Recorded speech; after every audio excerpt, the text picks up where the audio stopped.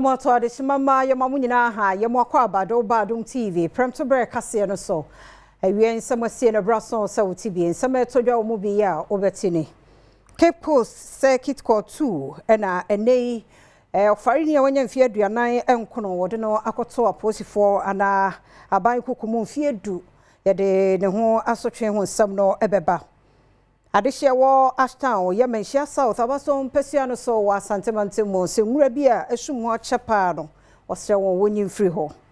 Ghana Standards Authority mpanifo so Monda factory adwumaku a won mo ye mattress ibi se de wo ma ye ne papa ena wo mu twagu mu nti yatum eno ne nsem bi ya agudie ka ho ne obi man so adigide ye de browse Adom TV Premtobre Kasee or share live on Facebook /Adom TV Extra, Go TV at 119, DSTV at 280, Uko YouTube at search Adom TV Tube, nekwadomonline.com semi and then semafufu be ewoho. Media fear amankwa tamaklo. Edasi afia ni die miente said and semninche mo ankasa etie. And ne Cape Coast Circuit Court 2 he anana aba kweba nuno. Eti edwomo no ode owura bi oye farini fie aduanan enkono Samuel ama akoto aprisonfo ne fie du onkoye adwumaden abofran fie du miensa ene wakosese no e Mumford e mfimfin mantemo Mumford bekayi Adom Kasee bo mamane Samuel ama dodo na frene kofinyan a wo ye ofarini akosese abaya wedi mfie du miensa e Mumford asem no ekokopie Cape Coast Circuit Court sese Cape Coast Circuit Court 2 no atenase wahyese abrantie wonfa ne nkotwere aban kokum mfie du enra bena na obu asem no ewieye a abrantie yi agyeto mu sampa odifo ewa asem no musanse woto abaye yi mu na prosecutor DSP Daniel Gajo ensem a wodi tudwa na abrantie ne gyeto mu se kwadu ne nyina no waye presiding judge he anana na aba kwaiba no ohwa danse a eka nsem a wodi ato abrantie yi ho enne kwan a wofa so edi ibone no a bua naten se wonfa ne nkonkotum mfie du lenya adesua de ema obi a obedi sa abone no bi Central Regional Police PRO Chief Inspector Isaac Evans Eti ene nsemtwefo atwetwe nkomo a ode sankyeremu yi etodwa efa defilement case a esi Mumford ewa Pam Central Region ha efa openyi a yefene Samuel ama aka Kofinyan ene court call asitina no ewo Circuit Court 2 Cape Coast no judge otina dream ye HH nana aba kweba nuno ma openyi eje ne charger ye di ball no atu mu defilement charge o ditu mu ma court ngina na no yesu ebua no fo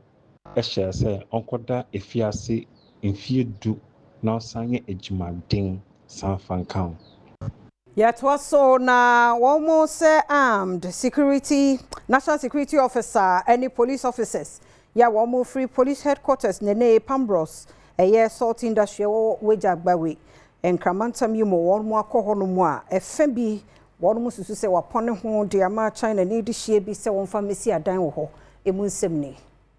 Ghana for best apem na sese wo ba behwere wo adwuma esanse national security for police for aka China ni be ho a wo beje Pambros salt industry wo mu asase efri wonsem Adom Kasee de na sototo fom no wote se China ni kire a wato asase efri nipa bi ya wa monidin ewo a wokura ho nkrata nyina senti wo de bambofo eba honom se factory yi wontum na wontimi fa na asase ene ya police for ene bambofo osi se wo mu free national security headquarters ene ka China ni ho obebo anoma no to fence fa asase so Banisano, Pambros, Ejumayefo friends and Trefua, or the Wakosem Etuja. I mean, these are the people who are supposed to be on our side. These are the people who are supposed to fight for the nation, who are supposed to fight for the people of Ghana. So if the Ghana police is on the side of Chinese national to take away the bread from the Ghanaian man's mouth, then it's a sad situation. Who else are we going to talk to? Is it the president or is it the lands minister? I don't know. Maybe we have to call on God because it doesn't look like the nation or the state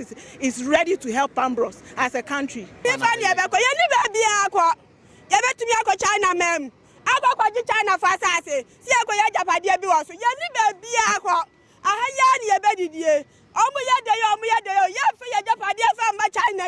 And which local union chairman or the Pambros Sultan Evans Kofiutu, and she must have some court into Moody Intia, was a China ni Ekofa Bambo for a bass no eso. Then embaye na same time so Chinese here is about or yeah go share also machine is sure yeah do me on so by or say assassin and dia na first order from headquarters to show police for SWAT for police for and mbon ho ba and national security for any land guard for no ma so me na abegwe this say yan hwe ne say adwuma we sebi segu a wo ba so mo workers be brɛ ha ye na ye be kofie ye kofie a de na ye bedi ebi mo yere mo ebi mo mba nkwala wo school for ina obi kra makwa school for kra makwa mutum ba be de ebe ye adwuma wo hanom Kpandai ya wo mrashebe fie mi chere speaker ya Aban Babin no nei wo say Anti-LGBTQ+ bill no just yesan eye no fufuro biemu just almost had the biemu fi say 8th parliament ni mu de no na wo mbobo ho na fufuro for kra na aba 9th one ni mu nti no also almost had the biemu no ondwen ho kase no etwaso Sentia chairman wo mrashebe fie Alban Kingsford Sumana Babin edi tuja se wo se anti-LGBTQI emra yananka emre bi mrashebe dwafo gituma no wo hwekwan se mampanyine na radanko akufu ade ne sabehya se a entimi amamu no san kofa ba ene se ekoye atwoma mentwemo mrashebe dwafie wabra Adom Kasee no edi tuja se omudi wo gidipa se mrashebe dwa no edi kan age atomu dada ne senti wo hudi enti e wo se wo san edi babedi ho nkomobiem ne no ena chairman ekira enye ne kwan so ano no esanse emrashebedwa etoso nwotwe a ode ba na wieye no bibia na ekoso ewo mrashebedwa no emu bia no eba wieye ebra ogusa amrashebedwa na wo san kyekere de etoso enkono eno achi osan kyere mu se members bill, and so members of this house took it up. They've gone through the whole process as detailed out in our standing orders. But as it went through the process, the new government indicated that they wanted to take it as a public bill. I personally disagreed. I made it known to His Excellency the President that this is an initiative of our people in the House. That was not done. And so when it was put on the order paper, I queried it because you haven't heard from me according to the standing order. So that will be done before it's laid before the House. But because a lot of work has already been done, we think that it's going to have smooth process in the House because both sides of the House now support it.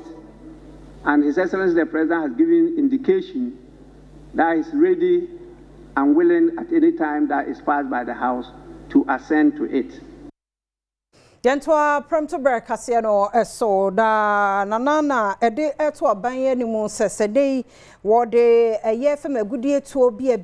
ma wona etu fam agudie no obesere ni die mu ana kwaye ni mu de wonya ma won sebe ya obade bobra eno so de ama yendada ne bekoso atena de enti manana de nsemi tu dwa no Kasee no edieche Anantia moa amanku otoso biensa ya asante bekwa ya kwa muhine ebra mpanimfo kotwa homamu a ohya siesie nsase e obepotenten kwaye ne mu ena nana editu dwase na no mehe pa hayen yedana yensase sei yensu sei se ye beto no ya mi se ko fu mai sebi no no ena nti se bi na mani I am a some papa. The Kaya was million pound the next year. And then Paina. A son, so for instance, before Omaha, no commission soon, yes, sir. Lands is here, who pass the law. Oh, Parliament. My license, say mining and now prospecting. Now, forest, Nana, you put to do before. Anu si yepe ena Daniel Do Tamaklo Pedimpa wada Logies Group ano awono na reclamation project yi wada no editu dwase my dear baby dia say ye ba be kata ya asase so e ba be siese ya asase ye be restore asase no na de ase wo mu nyina no ya ye ni yi a uduadua ba wo ma koko bibia palm tree ani na be kama for that chamber and current generation And one thing is also say yes, it's in Sasson, not in Sunsona, yes, along the line, no, baby channels in a blockage Jumbiano, the bay channels Nina, I'm in Sunina Adom. That's a bit me in Sun Anum. When she say about reclamation, about restoration, say it's now called and say, Galamsey, no, and not yet. And you need by say baby CC, they are saying your baby CC, and some be say encounter. Obuasi East Assembly mpanimfoɔ na kasa ikyeremu sɛ frinary kure obibia dwumadie ponto obi debase na bimutoto etuo famu no ne saade no obɛkyerɛ saafo no fi sɛ niema a ɛyɛ na edi awu sense ɛbɛyɛ adepa kase no ɛtoso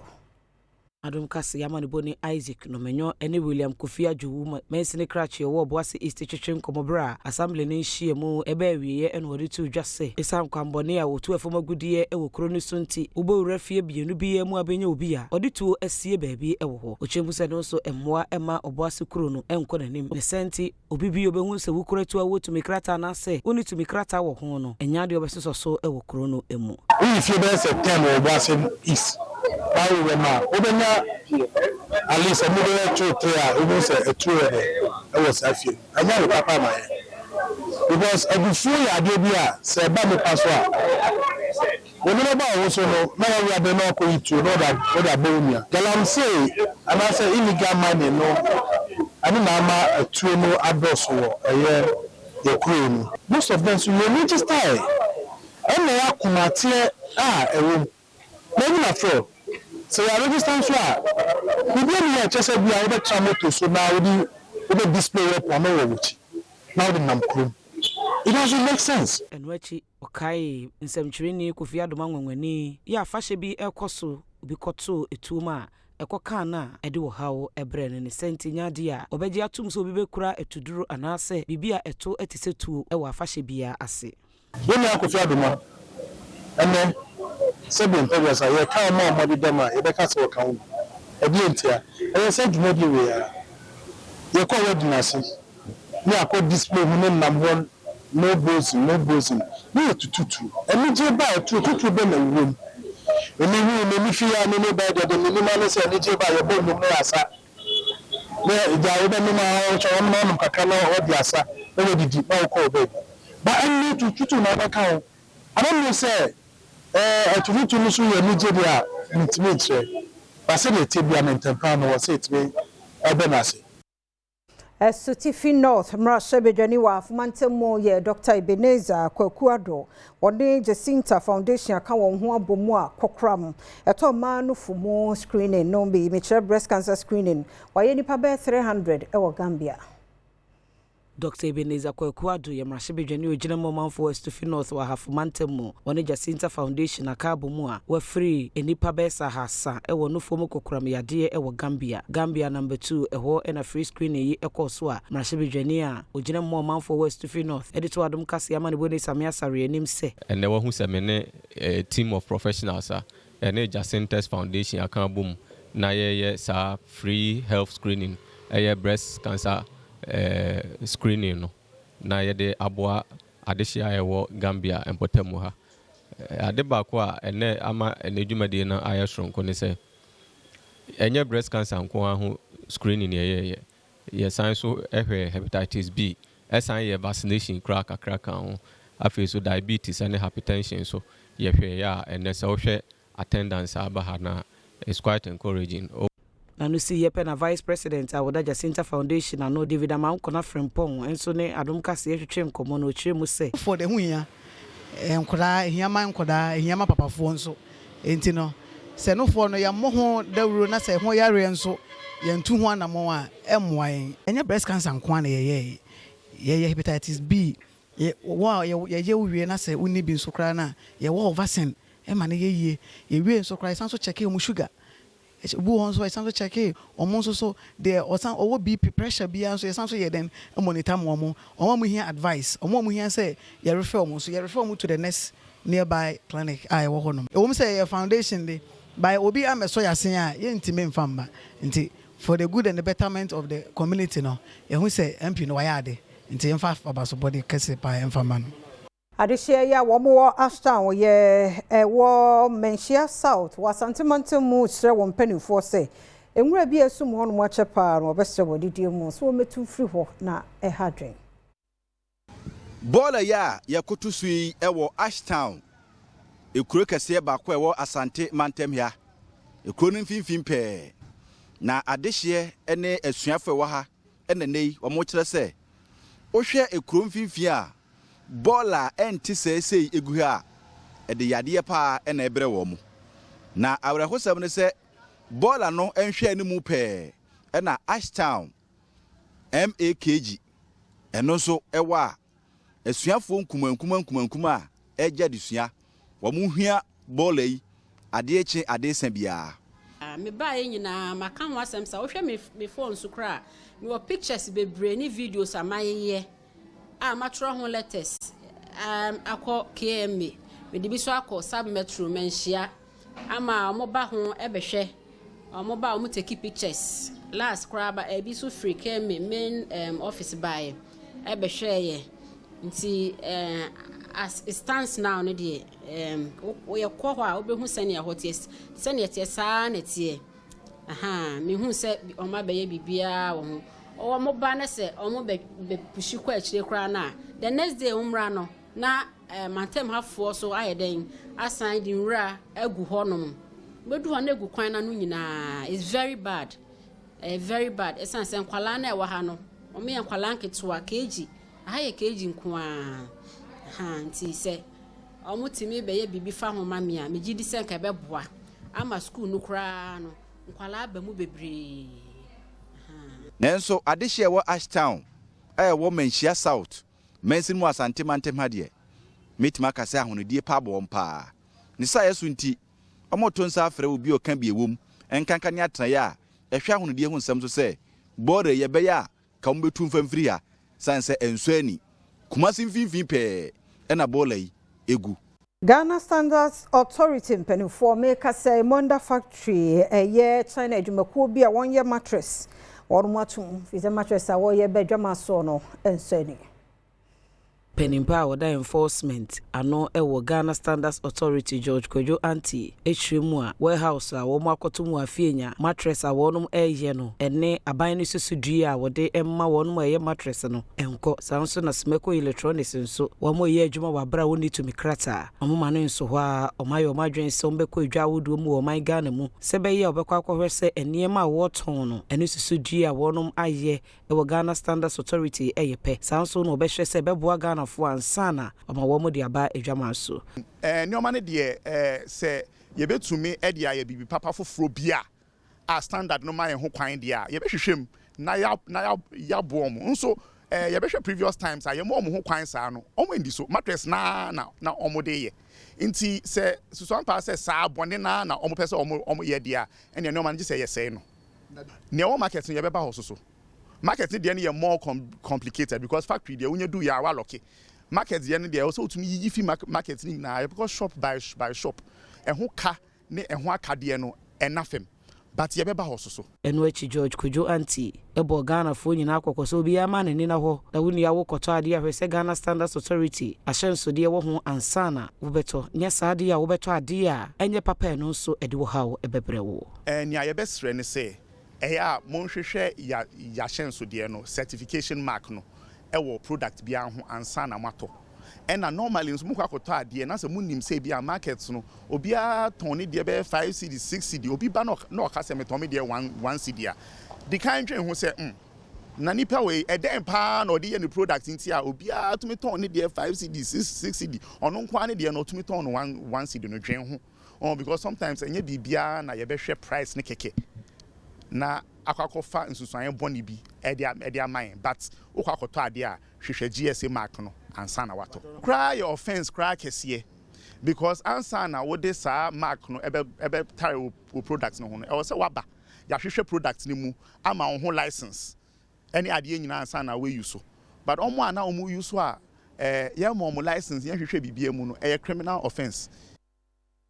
Premtobre Kasee no eso ye bekuma kra din ayenya ye Daniel ehia no nkwanhia wo Aburaso ye bon edujama wasantemantem. Awurahusemi esi Aburaso eno eben edujama ewo asante mantem he wo bra wo kire se ehyan a registration number eye GE 9901-11 eye ehyan kese a esunua dinani akiremu ewo bechem ni tepa epom ho a esuafo nkoda ye nei baako afamu ahwe no nkwan na wo kire se wonyina ponsuku a wode wani akire fie wonam kwa ho a wobi nim de ye ya enua egu ehyan mu ni nyina tigu ye ekogu nkura so ma baako fa so to nananom ewanse do wodansini a woni Adom Kasee bonkomo kire nsem sei maaye nkura mensa amufri Aburaso die primary a omapon a omukofi omonam kwa ho omotie kura di kwa na omonam na sa track na mede ho the pictures in the video I send you and registration number where actually no twam to load the new things and next chain car no nkra no enka bi him e dane ye and the gu nkra no so ntimu ba akode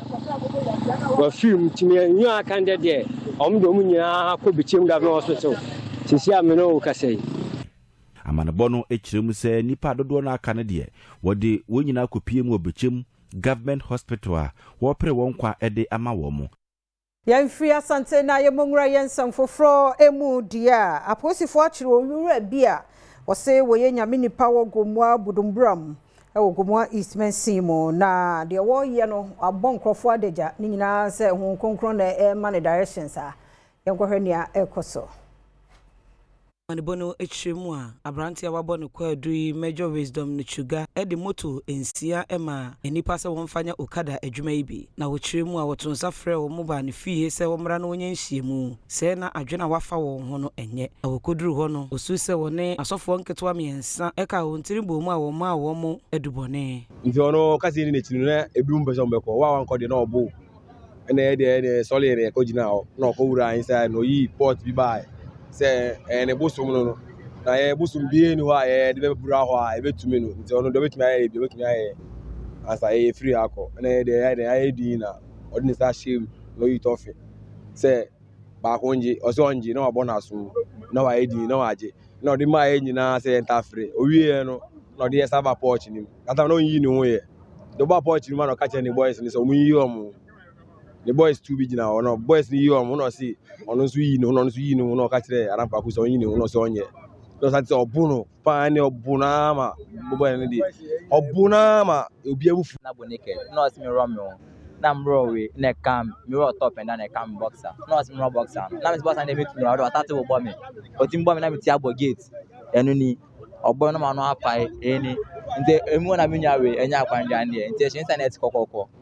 not man na kala wa stand so hwe window mi say wine so hwe na police enwachi assemblyman Obudumbram batobro no so Emmanuel Dogbe chwe said the course na ntwa yie kura ne send aposifo nya wo hwehwemu eyie na so hunu senipa obono ho safo hene so yesofu ye wodifo a emra eneneni man ni mam ombo naked but the aye mu wanwan se nkolane ede wo kakrapo a adanti na obema nkolane abo naked eden adwimpo na o team a obema nkola no abo naked eden na ewo wudem ho a wakofa kukuo a odi toffee ahye nkola nanum ame me dwu ho a menti ase but all the same no police for nyamincha de nkola ne baako enya kwan adwane ye and luckily enough no all kon no oshia police patrol a mo fi kaswa amu na mbegye nkola no se nya police for ne ba ya na nka menim de ebesi ewo Budumbram ha Premtobre Kasee no na wo hwa Adom TV medidi afia amankwa tamaklo na Ghana bania break se krodom ya wo bono humodin bia se yendache ye di obo ade de Adom ye no yense no bibia emfamu nse no ne bekoso agina ne nanso se ye obo ade bobre ye nua ye nkwaye mu ensem timi Kasee wonma paw $2 million a national clean energy program ho entoma Adom Kasee etwasui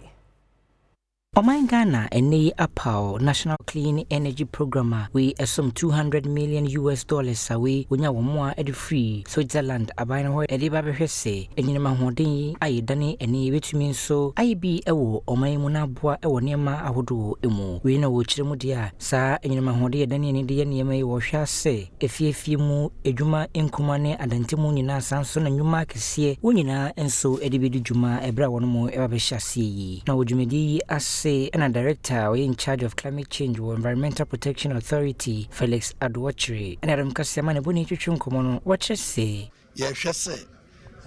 ye bet on betumi de sika beye $200 million ewuram na ye de wuram sana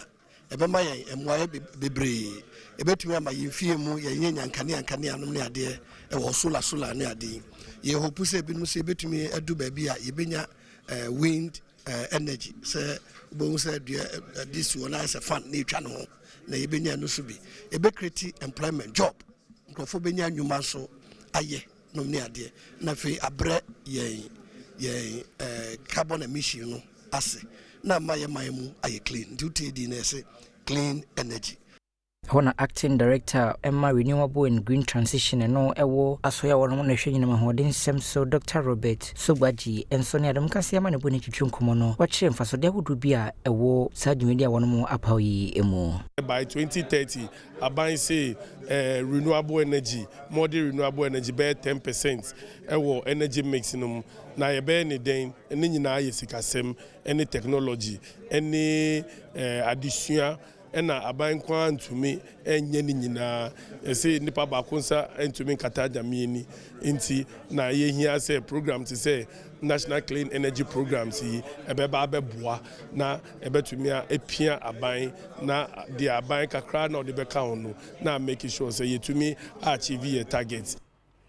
National Health Insurance Authority mpanimfo apao market storm ene my NHIS app ehuntoma nyina ne se won mo kofom se beye adwadefo ono medi nkomo mfasode ewa promodin ensi achi ba no eho ene se biade ne de ewo nso won mo ebeye ama wo mo Adom Kasee edeba NHIA mpanyifo asimonti so asantimantem aye enkyerɛkyerɛ afa ma NHIS application eba beboa madwadifo ne wona wontimi enko wona kache enkoye health insurance ahodo enemu na Ashanti regional director edima NHIA Mohammed Muniru ene Adom Kasee abonkomo efa enkyerɛkyerɛ wosi monti so eyeye NHIA ya behu se tutuo na Ghana fo no omudidwa omuhia ewodwom na edie na ebetimi aye ama yetimi adru omo empetem na yetimi a register omo nti edi bibia aba aye friend my NHIS app mobile phone application bia uti ejom ho a senyame adom na we go through so we use smartphone na utimi download your app na one stop shop utimi ye dia opebia efa health insurance wapom din hia pa aninti ne e ka se da bi ye behia na ye TS ko enum na woto aso na ode to Adom Kasee no na okire mu se NHIA won card no so de ko aban ayaresabia nesa doctor for agi sika bia emfa na akwan so a se health insurance no ebebo ho ban na nso no wagi usika ntentem so no na odi wani akire won akache so biko ayaresa na ejini ska e wo se ye hwehwem na ehu se ayareko a wodi koe no health insurance no efa ho ka ana wo se kama ntiase ejuma se health insurance fa ho ka dia enu kwan se nipa no otua ntie wo officers ade bia o mko abonten na health insurance se wo ko hospital na o muji uska bo modia na hwehwe your office na ansa na obetimi ayesa no ye besre ho wo ko hospital na o se o ko tua se a kai ni se wo di health insurance na nam still wo se ko tua wo tua je receipt. Premtobre Kasee yonkomra ne ba ebetoso Makwa beda say so social Adom TV Premtobre Kasee no yanya Adom trotro make us a prince o sesiedo akopimo 37 oni ade shedi nkomo efa de osofo hwe ngumasuan so de abetu dwase sei ya maame no kasa omo de etiti ye won fie no ye mfemfiri ase KG eco class 3 to omo bona baso ye ntibi no na hwe adesua ho nsem so Harry na du so de abetu dwa se ye nkoda a womo ewo suku efi KG 3 de ko basic 3 san nkoda yi asise womo esua womo awofunum ekasa yenim se aban etwem e de hye bi se ebae na so ye hwe se di ntipa na ama ye nkoda yi ye kase womo ntimi ensom se ne esise eye no wo hwe de abetu dwe ya wagenkyere wo ho ne se magenkyere ne se ye if other countries no crap omo de omo krom kasa ne kirema kola na de ma moti ade ne ase yie bagana ha no brofo no crap wontumi kan ya nesro anso nya ye krom kasa ati ama ye numa kofom odi ase nkola no bi o se edi omo kasa kirema ade no na omo ti ase yie because omo kasa omo home language na ye se wo akofo obi kasa se wo de be kira kola na de enti no omo de twi no kira de amepon ka omo studying more than basic 3 no na de na mbwa no be bobo ankoda no na mo de brofo no so aka ho na me o ka no no alright me pa cho so adwenkyere be me me so adwenkyere se yen ye twifo enti se twi na ye no e wo so mo be kyere nkwa ni twi no na mo de brofo na atache no se mo man kure ko ka brofo nku ha me ma brebo bi he me nti ase enti twi ni de eye pa ne e wo so musua ni miedu nyina na obia to no e wo man. Alright, me who say papa so ewo inside or ye juma. Electrician juma na so e be din komo. Eja wo so adwenkyere. Akra nia minister no e dia tuguan. Ne kwan anen. We mpo watranta ho na te. Omo nia betumpo ne kasa. Enso Ghana ha no no. Ya ye nkrom kasa no kra no. Ukoka na utin obi ehun se wati. Onsere o. Brofo na yen kasa no koka na utia na oda fam kwik ti se na wo sebe wo de kasa no wonte kura nso ye me krom kasa nti ni aban no de ba na ye beboa yen won amekra kam kwa won men kwanu an kodu basic 6 kura beboa yen pa be mo ma na konanim ye ne ma bebre besesa on employment bebre ba nyina ejina brofo kasa ya aso wo be ko no wonte brofo won fa wo nso wuti krom kasa betima yen pepepe nso won fa wo because of brofo ni nti madam ase. Alright, na agedifo a womo ewo 37 lorry station a womo achiro madwene wadom trotro so minsu na medi mate wo trotro se trotro no eyema mate ne ejesu se awe Yemfi Adom trotro na yem konsem foforo mo na Paramount Chief ono wo Kpandai traditional area Kpandai wura na bresiem okorie atosa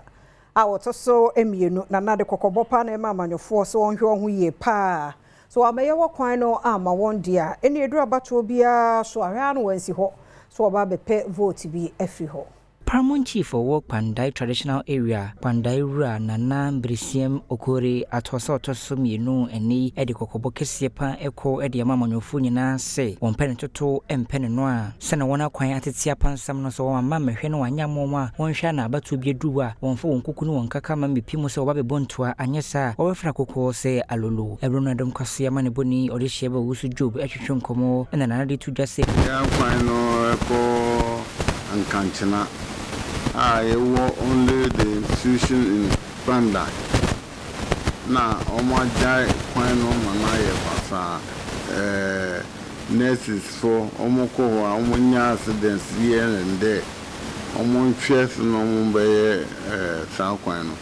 Eho eno Sunday to so for no hwe hinama hodin sem so wo man mu se ubepimo won be ho a low voltage power ya de ha wono mo pane senti adaroma wono mo hwe no fan hye bi nwu akwam se ne be ya won ka ne won sem so betumi ejana na so Chia Minister of Energy matrene say hano nya low carrot enti omo mo ne hwe ha kudu krati normally your transformer no your kitwa almost somba be see substation Eko dodo hana majority leader Mahama Yariga na ede etu dwa se wo se ni manimi ya no won mo efre kane secretary dema president nana Adedanko Akufo-Addo nana Asante bedi etu ba parliament entreni a wabo se wo ma pass anti-gay bill no Kasee no etwaso.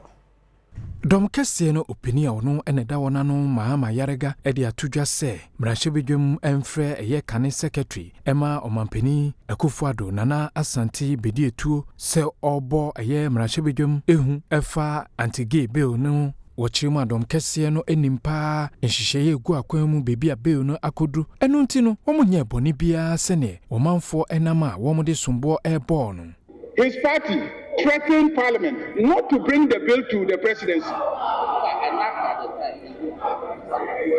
And today, you are sitting here and pretending and behaving as if you are so interested in having the bill enacted.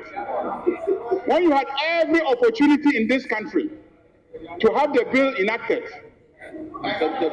and assented to by the president, Nana Akufo-Addo, you refuse to give the assent. Dom kitwa no opinion no eneda wona no Alexander Afenyo Markin enso eboaban ni chipa ewo ye bill no ehunsunsuanso a wo behia pa se wo mutimi etene no. Mr. Speaker, because for us this is a very important matter, and I'm happy that you have brought it to a peaceful rest, considering the unyielding posture our friends opposite me took. Kane swafo a ono na hwe lands any natural resources enso the same say to Jaffa. Mr. Speaker, you resolved two matters as I understood it. The first one, Mr. Speaker, you resolve the matter of whether or not the bill is pending, which therefore can be assented to by the president. And Mr. Speaker, you guided, you gave the direction that the 8th Parliament dissolve with all its uncompleted acts. And therefore, the bill which was passed in this House died with the 8th Parliament. Yento also na Kane National Chairman ma MPP amanyuko Rapol Afoko aside dia betu jase nani eje ho so obesa pray ye dwamtene di bia wo MPP amanyuko no edie munti ode ho krata abetuja.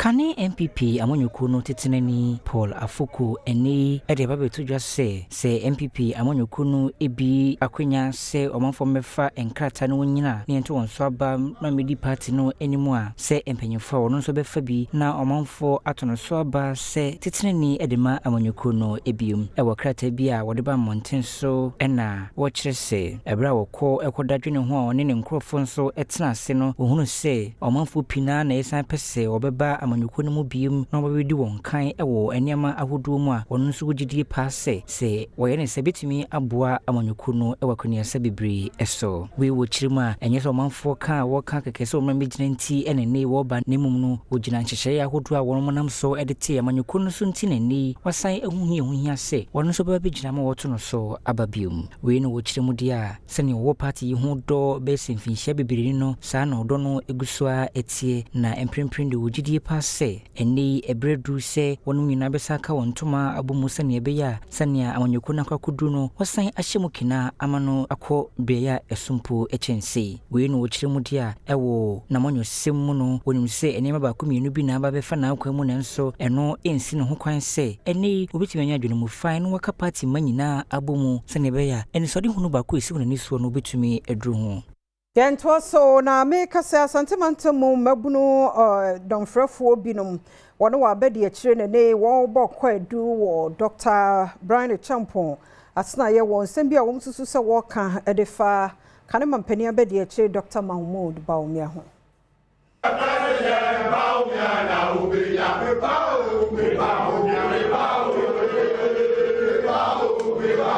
Ewo Dr. Brian Champon to aba wode ba santimantem habeshia delegate wode to wo mutrum se ohwe afimpi ne do na abato mu entwodie na yemfa ho ntansa nyina mbo Dr. Mahmoud Baumia na ka ho bi ama youth organizers fandodo wa santimantem hano bedi akire nei wayensa ntwofu nhia mu ede ayi Dr. Brian Champon no se nsem na woka no nokure bia enim. I want you to understand or draw your attention to it was the famous word "we won't hand over power" statement, which was said by Honorable Dr. Brian Champon. And I believe you all remember. We live in a country that we believe in democracy. Dr. Echampon's infamous public statement suggesting that the new Patriotic Party would not hand over power after the December 2024 election was unnecessary, was reckless, was irresponsible, and dangerously undemocratic. And many citizens of this country who believes in the democracy of this country decided to vote against the new Patriotic Party. Ekonto onka senka ye pubi abonosobo ewa fimpinu ne do na abatu no mu enchodie na anka Dr. Brian Champon ni nyina ne se wo se ohwe ne nkase bi ne ne bi a wo ye biti senka auto senate hotel ene ne dwumadi a okodi ye ewo agric ministry ho ka ho bi ene ma amanyoko ne di ntwosa. The attempted accusation of majority shares in Snitz Hotel by Dr. Brian Champon, and I believe you all remember, while serving as a Minister of State, constituted a serious breach of public interest and major contributing factor to the defeat of the new Patriotic Party. This move justifiably angered millions of SNIT contributors. They have been dissented by that singular action of Dr. Brian Echampon, leading to massive vote against. The Edu Sony Premtobre Kasee na Evans Kwabna Sapon aye krado to asome mo akwabe. Just Dr. T. Ya go for Adama o dey in this watch. Sir, madam ma den eko. So kai Genesis chapter 1 to verse you can say 9 verse 1 to 9. Men kai. Who say the one say Tower of Babel. We as kasa bebrebe we as ni na no. Kofo bi ade bi. Omu preja bansuru bi akopum nyame. Nyame ye bibi. Na nkofo bi osa di person me sa de bi. Minim de ntia omo ye sa. And ye hwe kwabna support all the to aso. Yes, abusia dia dru so Premtobre Kasee. Medin any advance kwabna support no. O frame me Ken Van Vital Sports Card amejo so. Abusia say the na me catch Dr. T no. Genesis chapter 11 verse 1 to 9. Enne man Yakupon or the kasa ho do ba wiase senka yin kasa ba akope eze Saudi Arabia fo yi 2034 afin pini aduasa nan wo mo baba be wusu World Cup no mo so wo de de ebi nyamba de wiase e de ba amane a sa stadium yi esense wiem skyscraper na sa abronsan tintinti aya chese yasi ko wiem na soro na pampam